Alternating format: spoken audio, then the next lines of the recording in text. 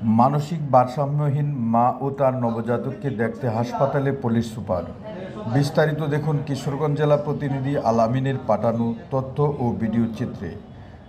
কিশোরগঞ্জ সদর উপজেলার মহিনন্দ ইউনিয়নের নয়াপাড়া গ্রামে মানসিক ভারসাম্যহীন মেয়ের নবজাতক শিশু সন্তানকে হাসপাতালে দেখতে গেলেন police super Mohammad Rasel Sheikh, BPM সেবা পিপিএম বার। রবিবার 5 মে বিকেলে এসপি রাসেল শেখ তার 2 সন্তান বর্ণমালা ও বর্ণিলকে নিয়ে মানসিক ভারসাম্যহীন মা ও নবজাতক শিশু সন্তানটিকে দেখতে যান। এ সময় মানসিক ভারসাম্যহীন মা ও শিশুর জন্য উপহার সামগ্রী নিয়ে যান পুলিশ সুপার। পুলিশ সুপারের 7 বছর বয়সী ছেলে বর্ণিল তার হাতে থাকা খেলনা গাড়িটি নবজাতক শিশুকে উপহার দেন।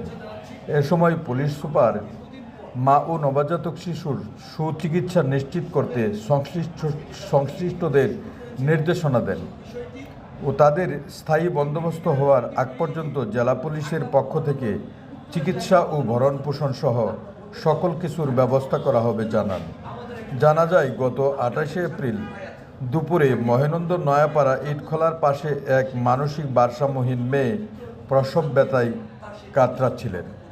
পরে এ অবস্থা দেখে স্থানীয় বাসিন্দা দুলেনা ও সেলেনা বেগমের মায়া হয়। তারা মানসিক ভারসাম্যহীন মেয়েটাকে উদ্ধার করে তাদের নিজের বাড়িতে নিয়ে আসে। পরে সেদিনেই একটি ফুটফুটে ছেলে সন্তান জন্ম দেয় মানসিক ভারসাম্যহীন মেয়েটি। সন্তান জন্মদানের পর তিন দিন দুলেনা ও সেলিনার ঘরেই আশ্রিত হয় মানসিক ভারসাম্যহীন মেয়ে ও তার ছেলে সন্তান। স্থানীয় সাবেক UP chairman Mansur Ali, Kishoreganj model থানার অফিসার ইনচার্জ মোহাম্মদ গোলাম মোস্তফাকে বিষয়টি জানালে ওসি গোলাম মোস্তফা জেলার ঊর্ধ্বতন কর্তৃপক্ষকে জানিয়ে গত বৃহস্পতিবার রাত 10টায় হাজির হয় মহিনন্দ নয়াপাড়ায় মানসিক ভারসাম্যহীন মা ও নবজাতকের অবস্থান করা বাড়িতে। সেখানে তিনি নবজাতকের জন্য উপহার সামগ্রী নিয়ে যান।